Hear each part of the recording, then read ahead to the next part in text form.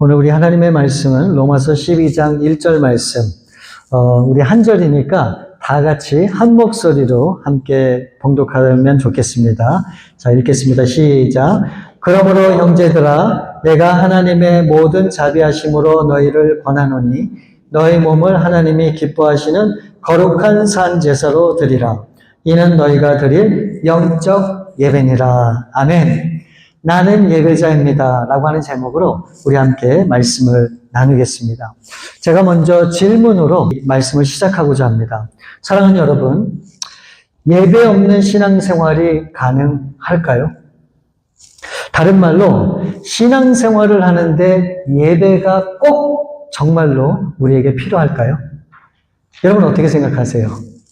우리가 지난 코로나 시대를 거치면서 새로운 경험을 한 것이 있는데 그 당시에 우리 예배를 드릴 때 대면 예배가 불가능해서 우리가 온라인 예배를 드리게 되었던 그런 시간이 떠올립니다.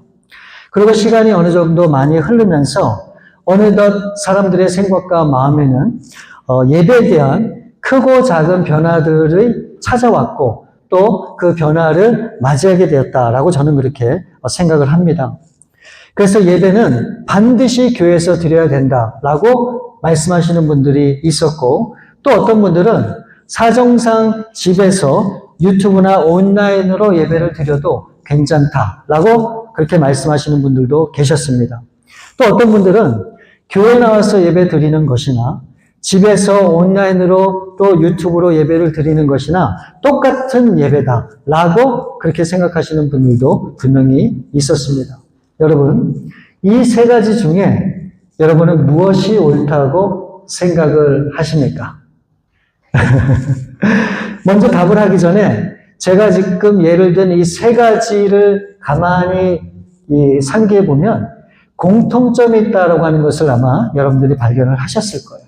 그건 뭐냐면 어떤 방식으로 예배를 드리던 간에 예배는 반드시 드려야 된다라고 하는 그 모든 생각에는 다 같이 동의를 했다는 겁니다. 제가 지금까지 많은 사람들을 만나보았는데 우리가 신앙생활을 하는 사람을 얘기하는 거예요. 신앙생활을 하는 사람 치고 예배가 필요 없다고 생각하고 그렇게 말하는 사람은 단 한 명도 제가 만난 적이 없습니다. 이 말은 뭡니까? 우리가 신앙생활 한다고 하는 것은 예배 드리는 것이고 또 반드시 신앙생활하는 데 있어서 이 예배는 절대적으로 우리 가운데 필요하다라고 하는 것을 의미하는 거예요. 그렇기 때문에 저와 여러분은 어떤 사람들이다? 예배자라고 하는 거예요. 예배자. 그래서 이번 2026년도를 시작하면서 우리 배단의 교회의 그 방향과 목적은 예배에 있습니다. 그래서 이번 한 해 저와 여러분들이 추구해야 될 신앙의 목표가 무엇인가? 바로 그것은 예배라고 하는 사실을 여러분들이 기억할 수 있기를 바랍니다. 그래서 우리가 나아갈 방향, 바로 이것은 이거예요. 나는 예배자입니다. 나는 하나님을 예배하는 예배자라고 하는 사실을 염두에 두고 우리가 이제 1년 동안 우리가 이 예배 드리는 모든 일에 우리의 삶을 드리고자 합니다. 자, 그래서 화면을 잠깐 보시면 이제 나는 예배자입니다 라고 하는 목표를 가지고 우리가 네 분기로 나눠서 이 예배를 실천할 거예요. 그래서 첫 번째는 찬양으로 하나님을 온전히 높이는 예배를 우리가 경험하고 또 우리가 체험하게 될 것이고 또 2분기 때는 기도로 하나님과 연결되는 예배를 우리가 드리게 됩니다. 그리고 3분기 때는 말씀으로 예배를 통해서 하나님의 뜻을 우리가 깨닫게 되고 4분기 때는 교제로 하나님의 사랑을 성도님들과 나누고 또 우리의 이웃들과 나누고 더 나아가서 선교지까지 흘려보내는 그런 예배를 목표로 우리가 그렇게 1년 동안을 이제 드리고자 그렇게 정했습니다. 그래서 이번 1분기 동안에는 뭐라고요? 우리가 찬양으로 하나님을 높이고 영광들을 돌리는 것이 이제 3개월 동안 우리가 해야 되는 목표예요. 자, 그래서 이에 대한 실천사항을 제가 조금 말씀을 드릴게요. 나중에 구체적으로 또 말씀을 드리겠지만, 이제 제일 첫 번째는 이제 설교 후에 우리가 헌금 찬양이 있잖아요. 찬송은. 그래서 이제 그거 대신에 우리 성도님들이 노래를 잘하던 못 부르던 음을 맞추던 안 맞추던 그것이 중요한 것이 아니라 정말로 내가 전심으로 하나님을 찬양하고 경배하는 의미에서 우리 성도님들이 찬양을 준비해서 특송을 하시면 좋을 것 같아요. 홀로 하셔도 좋고 듀엣으로 하셔도 좋고 여러 사람이 같이 하셔도 좋고 우리가 헌금 때마다 헌금 특송을 여러분들이 해주시면 좋을 것 같아요. 그래서 일일이 짜는 것보다 여러분들이 자원을 해주셔서 나는 누구랑 찬양하면 좋겠다 정하셔서 이걸 말씀해 주세요. 그러면은 우리가 이 헌금 시간에 우리의 그 입술과 우리의 고백과 우리의 모든 것을 다해서 하나님을 그렇게 높이는 그런 시간이 되었으면 좋겠어요. 그리고 이제 실천상으로 몇 가지 제가 예만 드릴게요. 아침에 일어나자마자 제일 먼저 여러분들이 하는 게 뭐세요? 그것보다도 찬양을 먼저 들으면서 하루를 시작하면 좋을 것 같아요. 그래서 그것을 연습할 것이고 또 사람마다 찬양하는 방식이 다 틀리잖아요. 어떤 분들은 찬송가만을 고집하고 또 어떤 분들은 컨템포러리 그런 찬양만을 원하는 그런 분들도 있고 다 다르잖아요. 근데 우리가 한번 생각을 해봐야 돼요. 나중에 제가 이제 다 말씀으로 나누겠지만 과연 하나님께서 어떤 찬양을 기뻐하실지 하나님은 클래식도 좋아하실 거고 찬송가도 좋아하실 거고 복음성가도 좋아하실 수도 있고 힙합도 좋아하실 수 있고 우리는 모르는 거예요. 우리 생각에 하나님은 이런 걸 좋아하실 거야 라고 고집하는 그게 어쩌면 우리의 신앙을 막고 있는지도 몰라요.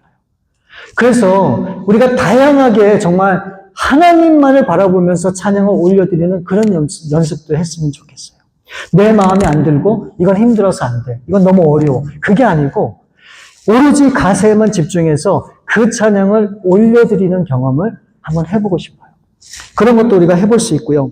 또 그 다음에 찬양을 하다 보면 솔직히 불편한 일들이 참 많아요. 왜 이렇게 노래를 못하지? 왜 이렇게 박자가 안 맞지? 아니 반주가 왜 이래? 아니 찬양하는 사람의 그 목소리가 저게 뭐야? 저 얼굴 표정이 저게 뭐야? 등등 우리가 예배를 드리는데 방해하는 것들이 참 많아요. 근데 여러분 그것 때문에 내가 하나님을 찬양을 못하고 그것 때문에 내가 내 마음이 안 열리면 그게 무슨 예배입니까? 그러니까 어떤 경우에도 불구하고 정말 그 찬양의 가사에 집중해서 하나님 이 가사 내용을 받아주옵소서 이것이 나의 고백이 되도록 해 주시옵소서 하는 그런 것들을 또 우리가 연습을 해보고 싶어요. 그리고 또 이 찬양을 듣다 보면 좋은 가사들이 있잖아요. 이렇게 마음에 확 와닿는 가사가 있잖아요. 그거를 카톡에다 우리 그룹 카톡에다가 긴 것도 필요 없어요. 내가 정말 참 은혜가 됐고 너무 좋다 라고 하는 그런 가사를 짧은 가사든 길든 그거를 좀 올려주시면 그래서 공유하시면 좋을 것 같아요. 여러분 생각해 보세요. 저도 수없이 많은 카톡을 받거든요. 근데 이 사람 저 사람 별의별 걸 다 보내와요. 근데 내가 한번 묻고 싶어요.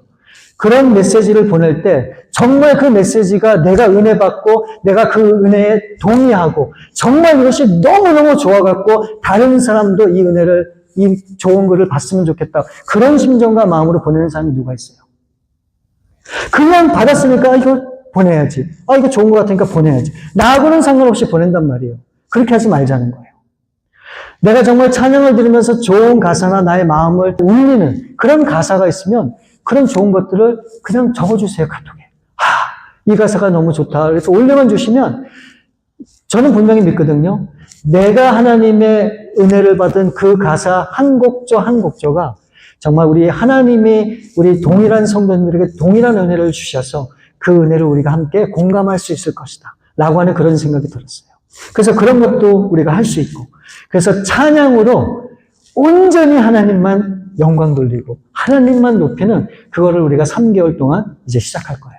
그러니까 여러분 그런 기대를 가지시고 그냥 찬양을 많이 듣고 하나님을 높이고 하나님을 찬양하는 일에 여러분들이 3개월 동안 전념하시면 참 좋을 것 같습니다. 자, 그럼 이제 저와 여러분들이 예배를 드려야 되는데 그러기 위해서 우리에게 필요한 게 뭘까요? 우리에게 필요한 것은 가장 중요한 이거예요. 우리가 예배를 드리는데 예배가 무엇인지를 알아야죠. 예배 드리는 사람들이 예배가 무엇인지를 모르고 드리면 어떻게 제대로 된 예배를 우리가 드릴 수 있겠습니까? 그래서 예배가 무엇인지를 알아야 예배다운 예배를 드리고 그렇게 할 때 우리 하나님께서 영광을 받으신다라고 라고 그렇게 저는 분명히 믿습니다. 자, 그럼 제가 물어볼게요. 여러분, 예배가 여러분들은 뭐라고 생각하십니까? 뭐라고 생각하세요? 우리가 주일 예배 드리는 이 자리에 여러분들이 앉아있으면 예배를 드리는 걸까요? 함께 찬양하고, 함께 기도하고, 함께 말씀을 듣는 그게 예배일까요?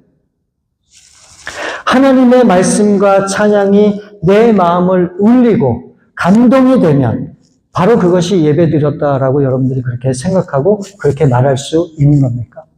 도대체 예배가 뭐예요? 예배가. 그래서 그 예배에 대해서 잠깐 제가 설명을 드리겠습니다. 여러분, 성경에 기록된 첫 번째 공식적인 제사는 가인과 아벨이 하나님 앞에 첫 제사를 드린 것이 성경에 나오는 첫 번째 제사예요. 바로 예배라고 우리가 그렇게 할 수 있죠. 그런데 그 예배 이후에 이 가인과 아벨 사이에 끔찍한 일이 벌어지게 돼요.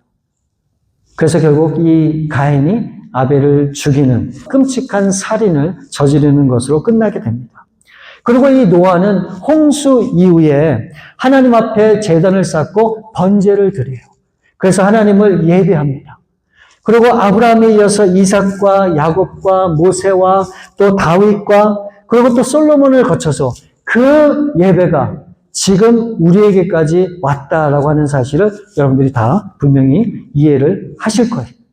그래서 우리 주에도 보게 되면 수많은 교회가 하나님 앞에 예배하고 수많은 사람들이 하나님을 예배하는 그 예배에 동참하고 있다라고 하는 것을 우리가 다 알게 돼요. 그런데 예배가 만일 어떤 동일한 거라 그러면 이 세상의 모든 교회들이 예배를 똑같이 드려야 되는 게 맞잖아요. 그런데 우리 주위만 보더라도 각 교회마다 예배 드리는 분위기도 틀리고 또 예배 드리는 그런 모습도 다르다고 하는 것을 우리가 다 발견하게 됩니다. 어떤 교회는 찬양 위주로 예배를 드려요. 찬양이 너무너무 뜨거워요. 그래서 찬양 중에 놀라운 은혜를 경험하고 그 찬양으로 온전히 예배드리는 그런 교회가 있어요. 또 어떤 교회는 찬양은 그렇게 뜨겁진 않지만 말씀 중심으로 그렇게 최선을 다해서 정말 하나님의 말씀이 깊이 들어가는 또 그런 교회도 분명히 있단 말이죠. 어떤 교회는 모이는 그런 중심으로 또 어떤 교회는 교제하는 그런 중심으로 모이는 그런 교회도 있습니다. 어떤 교회는 뜨겁고 어떤 교회는 차분하고 어떤 교회는 지적이고 또 어떤 교회는 굉장히 친근한 그런 교회도 있다라는 거예요.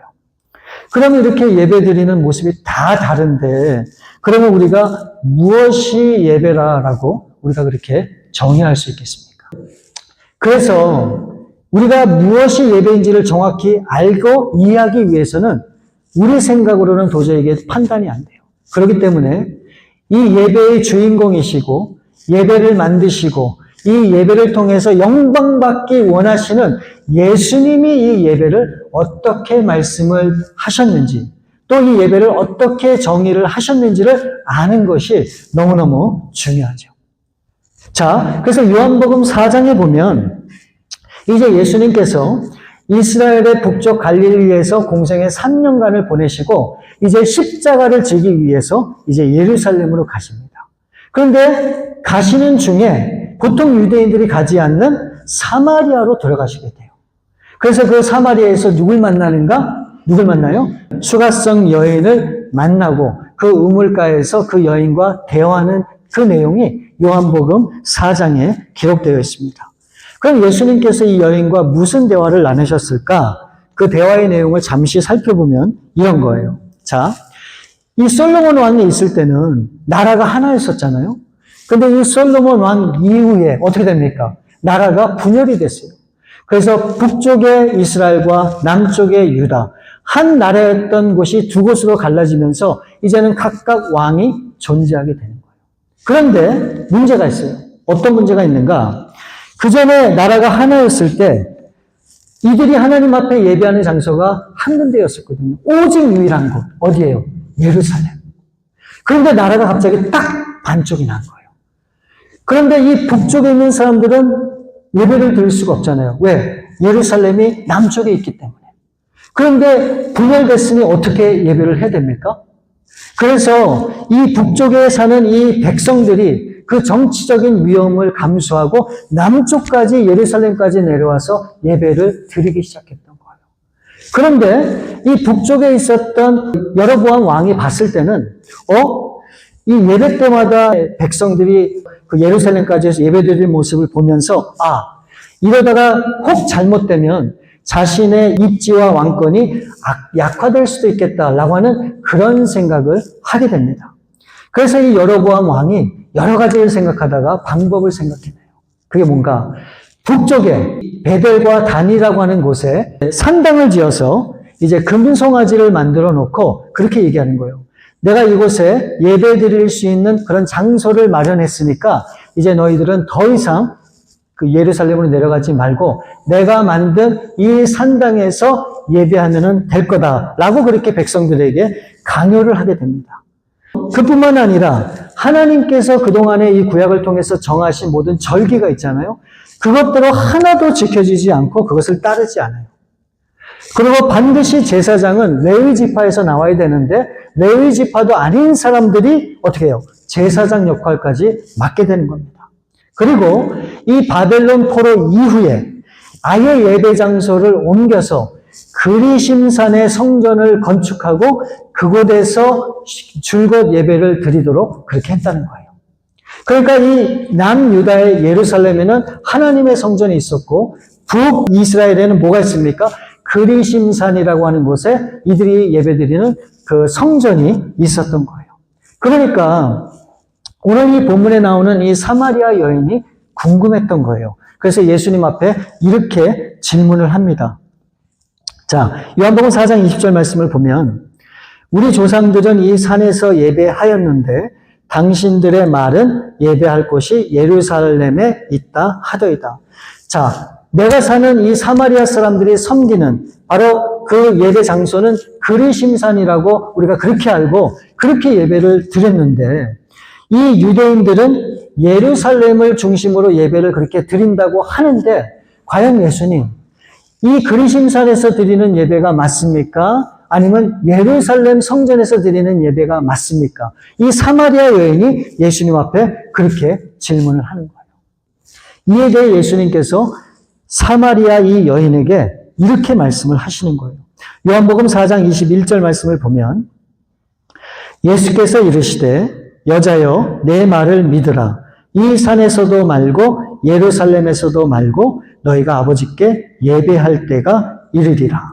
지금 예수님께서는 이 여인에게 굉장히 충격적인 말씀을 하시는 거예요. 이 사마리아 여인은 자신이 지금까지 줄곧 예배드렸던 장소가 어디입니까?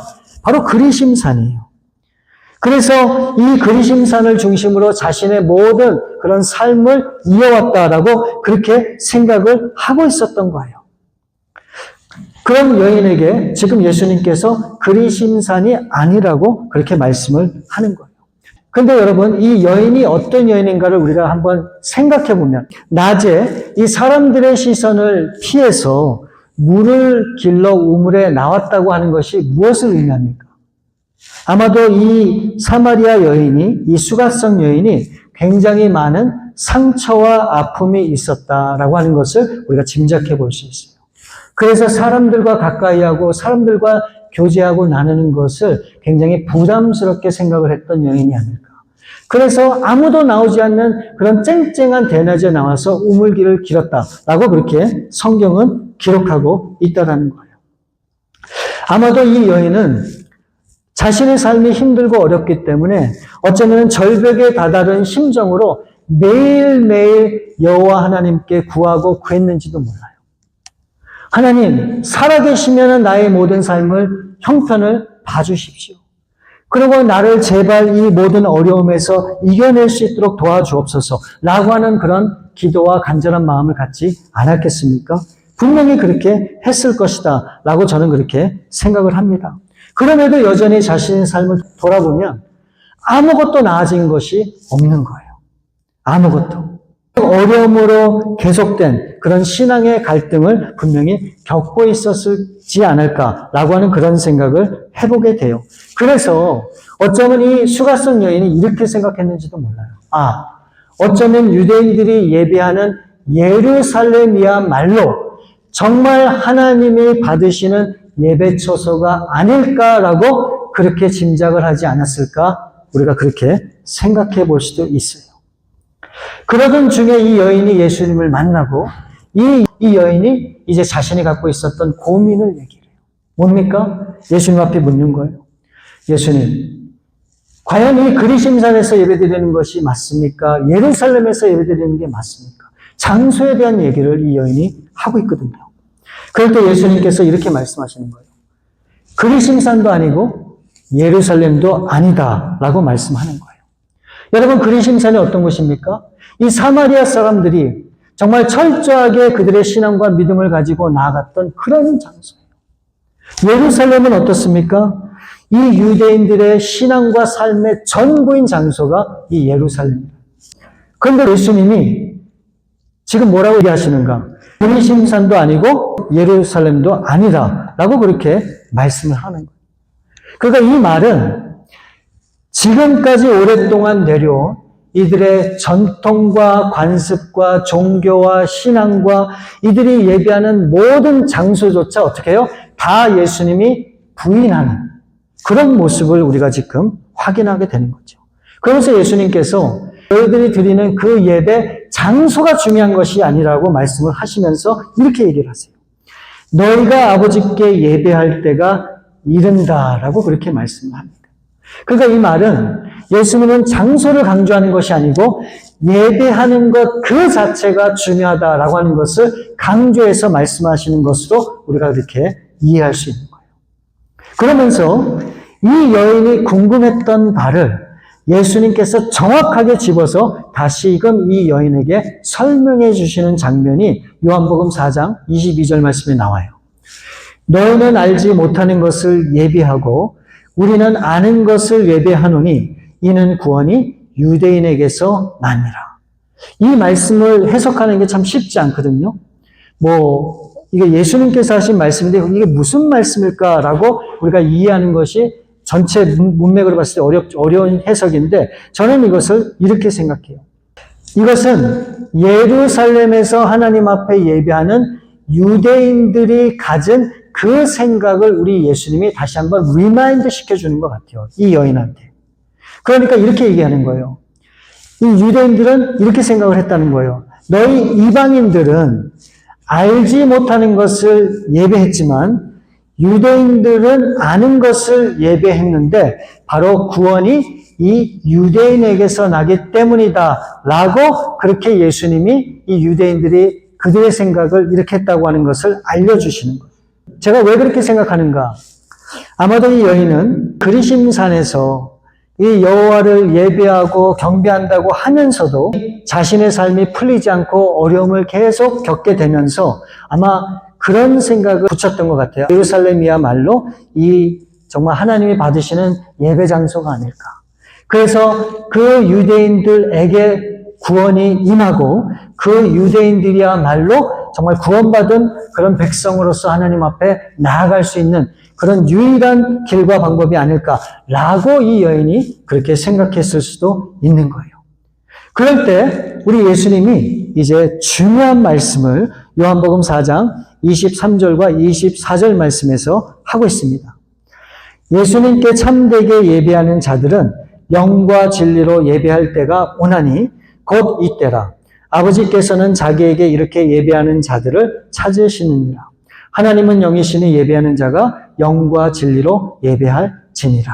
자, 예수님께서 구원은 유대인에서 난다고 하는 그런 말씀을 하셨잖아요. 그러면 지금 이 말씀을 이렇게 하시면 안 되죠. 오로지 하나님의 그 구원을 얻을 백성들, 오로지 참된 예배를 드릴 수 있는 백성들은 유대인이여다라고 그렇게 말씀하는 게 그게 맞죠. 그런데 이 말씀에 보면 이제는 그리심산도 아니고 그리고 또 예루살렘도 아니고 이방인도 아니고 유대인도 아니고 이제는 모두 다 어떤 사람들이든 간에 참되게 예배하는 자들은 이렇게 예배해야 된다라고 우리 예수님이 가르쳐주고 있어요. 그게 뭡니까? 영과 진리로 예배하는 것만이 정말 하나님을 높이고 하나님을 전심으로 예배하는 것이다 라고 하는 것을 분명히 예수님이 설명해 주고 있는 거예요. 그동안 이 여인이 착각했던 또 유대인들이 이것이야말로 정말 하나님을 기쁘게 하는 예배라고 믿었던 그 예배조차도 그것이 진정한 예배가 아니었음을 분명히 선포하고 있는 거예요.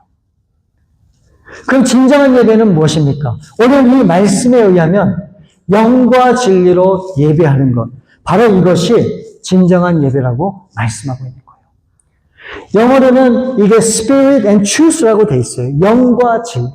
그러니까 성령과 진리 대신 예수 그리스도를 통해서 우리의 모든 삶을 다해 드리는 바로 그 행위, 그 마음, 그 모든 드림이 바로 그것이 예배다라고 말씀하고 있다라고 하는 거예요. 우리가 이 자리에서 드리는 이것만이 예배가 아니라 우리가 주님을 믿고 섬기면서 우리가 살아가는 모든 인생의 길 가운데, 시간 가운데 그 가운데서 하나님을 높이고 하나님을 찬양하고 하나님만을 바라보고 사는 그 인생 자체가 예배인 것을 분명히 말씀하고 있는 거예요. 그러면서 오늘 우리가 읽은 로마서 12장 1절 말씀을 보면 이렇게 기록이 되어 있어요. 그러므로 형제들아 내가 하나님의 모든 자비하심으로 너희를 권하노니 너희 몸을 하나님이 기뻐하시는 거룩한 산 제물로 드리라. 이는 너희가 드릴 영적 예배니라. 여러분, 이 말씀에 교회 안에서만 너희 몸을 기뻐하는 산 제사로 드리라고 그렇게 말씀하셨습니까? 아니에요. 너희 몸을, 너희의 삶을, 너희 인생을, 너희 전부를 어떻게 해요? 하나님이 기뻐하는 곳에 우리의 모든 삶을 산 제사로 드려야 된다라고 말씀하고 있는 거예요. 그러니까 정말 예배란 무엇인가? 우리의 삶을 통해서 하나님 앞에 모든 것을 올려드리는 그 자체가 예배라는 거예요. 그러니까 우리가 교회 와서만이 예배 드리는 것이 아니라 여러분이 직장에서 또 가정에서 집안일을 하면서 또 여러분이 무엇을 하든 여러분들이 있는 그 자리가 하나님을 예배하고 하나님을 높이는 그런 자리다라고 하는 것을 우리가 기억할 수 있어야 돼요. 그러면 우리가 이 땅에서 어떻게 살아야 될까요? 그런 우리들이 어떻게 살아가야 되겠습니까? 이 세상 사람들과 똑같은 모습으로 죄 짓고 잘못하고 많은 상처를 주고 사람들을 아프게 하고 사기치고 그렇게 살아갈 수 있어요? 아니에요.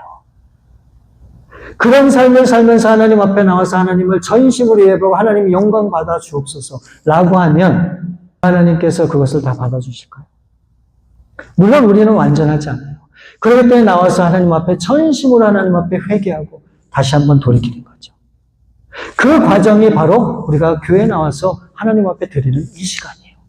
우리 자신이 뭐가 잘못됐는지 또 어떻게 살았는지 우리 자신을 점검해보고 다시 한번 하나님의 시선에 우리 자신을 고정하는 것, 바로 이것이 예배 가운데 하나라는 거예요. 우리 하나님은 우리 몸, 우리 삶, 우리 인생을 거룩한 산 제사로 받기 원해요. 우리 하나님은 죽어있는 제사를 받기 원치 않으십니다. 살아있는 산 제사를 받기 원하신다고 이 말씀에 분명히 설명하고 있어요. 그러니까 우리가 호흡하면서, 우리가 일하면서, 우리가 또 뭐 직장일 하면서, 우리가 매 순간 하나님 앞에 그런 마음과 심정으로 하나님을 예배해야 된다라고 하는 것을 말씀한다는 거죠. 근데 여러분 이게 결코 쉽지가 않죠. 어렵죠. 내 자신 돌보는 것도 어렵고 내 자신 가꾸는 것도 참 쉽지 않은데 하나님 앞에 영광 돌리기 위해서 그런 삶을 산다라고 하는 것은 결코 만만치 않은 그런 일이에요. 저는 그러나 분명히 믿어요. 우리가 힘들고 어려움에도 정말 그렇게 산 제사로 우리 몸을 하나님 앞에 드리고자 할 때 우리 하나님께서 반드시 도와주시고 우리를 통해서 역사해 주실 것이라고 저는 분명히 믿어요. 여러분 한 사람 한 사람이 이 세상에 빛과 소금으로 예배자의 모습으로 그렇게 살아가면 정말 주위에 안 믿는 수많은 영혼들이 여러분들의 모습을 보고 마음을 열고 생각을 돌이키고 우리 주님 앞에 나오는 그런 놀라운 계기가 분명히 되리라 믿습니다. 그래서 여러분 교회뿐만이 아니고 우리 삶의 현장에 있을 때도 거룩한 그런 모습으로 살아가 정말 하나님의 예배자로서 하나님 앞에 영광 돌리시는 저와 여러분들 될 수 있기를 우리 주님의 이름으로 축원을 드립니다. 우리 시간에 우리 잠시 기도하는 시간 그렇게 갖기를 원합니다. 여러분 우리가 주일날 나와서 예배 드리는 것, 이것도 참 너무너무 귀한 예배예요. 하나님께서 기뻐 받으시는 분명한 예배입니다. 그러나 우리 하나님이 정말 원하시는 예배는 우리 교회 안에서만 드려지는 이 예배가 전부가 아니에요. 우리의 삶을 통해서, 우리의 인생을 통해서 우리 하나님은 영광 받기를 원하세요. 그래서 우리 하나님은 여러분이 예배자로 그렇게 살아갈 수 있기를 바라요. 교회뿐만이 아니고 여러분들이 주어진 삶 가운데서. 그래서 하나님 앞에 그렇게 기도하면 좋을 것 같아요. 하나님, 이제 정말 하나님의 예배자로 그렇게 살아갈 수 있도록 도와주옵소서. 그래서 이번 한 해 동안에 정말 오로지 하나님 앞에 영광 돌리고 하나님의 놀라운 그런 하나님의 뜻을 감당해가는 저희 모두가 될 수 있도록, 내가 될 수 있도록 하나님 역사해 주옵소서. 우리 기도하면서 그렇게 나가시겠습니다. 아버지 하나님 감사합니다. 우리 하나님께서 이 땅에 정말 수많은 영혼들을 구원해 주시고 사랑해 주시고 자녀 삼아 주셨습니다. 영광받게 합당하고 예배받게 합당하신 분이 우리 하나님이시고 분명히 믿습니다. 아버지 하나님, 정말 우리가 교회에서뿐만이 아니고 우리의 삶을 통해, 우리의 인생을 통해 우리 하나님을 예배하는 예배자로 살아갈 수 있기를 원합니다. 아버지 하나님, 우리의 삶이 비록 힘들고 어렵고 그런 난관과 역경들이 찾아온다 할지라도 이 모든 것들을 담대히 우리 주님을 의지하여 극복하게 도와주시고 정말 온전한 예배자로 승리하며 정말 이 땅의 수많은 영혼들에게, 죽어가는 사람들에게 우리 하나님의 살아계신가 역사하신가 하나님만이 진리심을 증거하는 저희 모두가 될 수 있기를 원하오니 오 하나님, 그러한 삶을 살아가는 저희들 다 되게 도와주시고 그런 삶을 살기에 부족함이 없도록 우리의 삶을 붙들어 주시옵소서. 아버지, 저희와 함께 주셔서 역사해 주시고 주옵소서.